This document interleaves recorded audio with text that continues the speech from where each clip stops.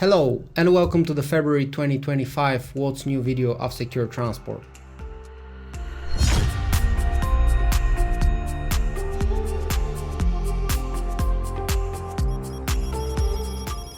As usual, we're starting with the security fixes. This month, we updated several third-party components reported in the National Vulnerability Database, including PostgreSQL and the Netty library. For the complete list, refer to our third-party software and licenses document. We have extended the list of supported platforms by adding a new operating system to the Linux ones, Oracle Linux 9.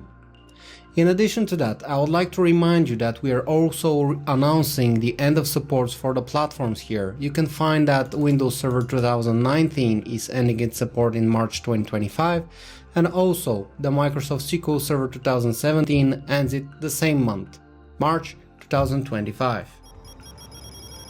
Let's move to the admin UI.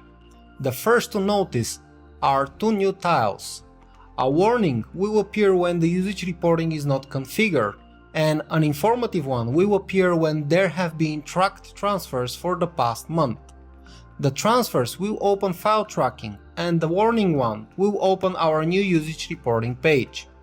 It has a simplified interface and various improvements to help you configure and monitor your usage. Check the video in the description for more information. We also have a new file tracking page that is in beta state. It is a modernized version of the old UI that we will make GA in the next releases when we cover all planned features. To raise the curtain a bit, those are reorder columns, query language that will produce shareable filters, UI level sorting, an easy way to differentiate, delete, rename, and move operations. We changed the colors of the legacy pages so that now we have a unified experience across the whole admin UI.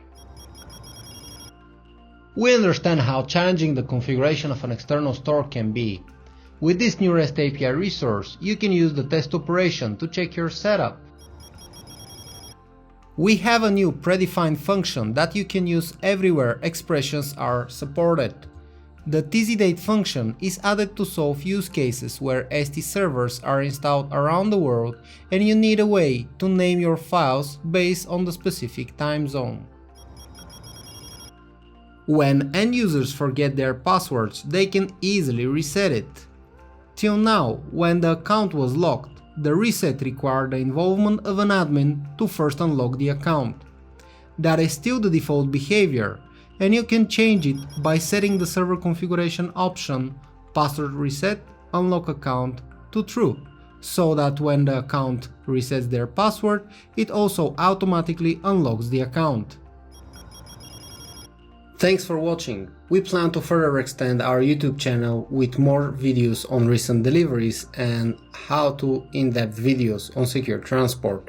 Don't miss those notifications.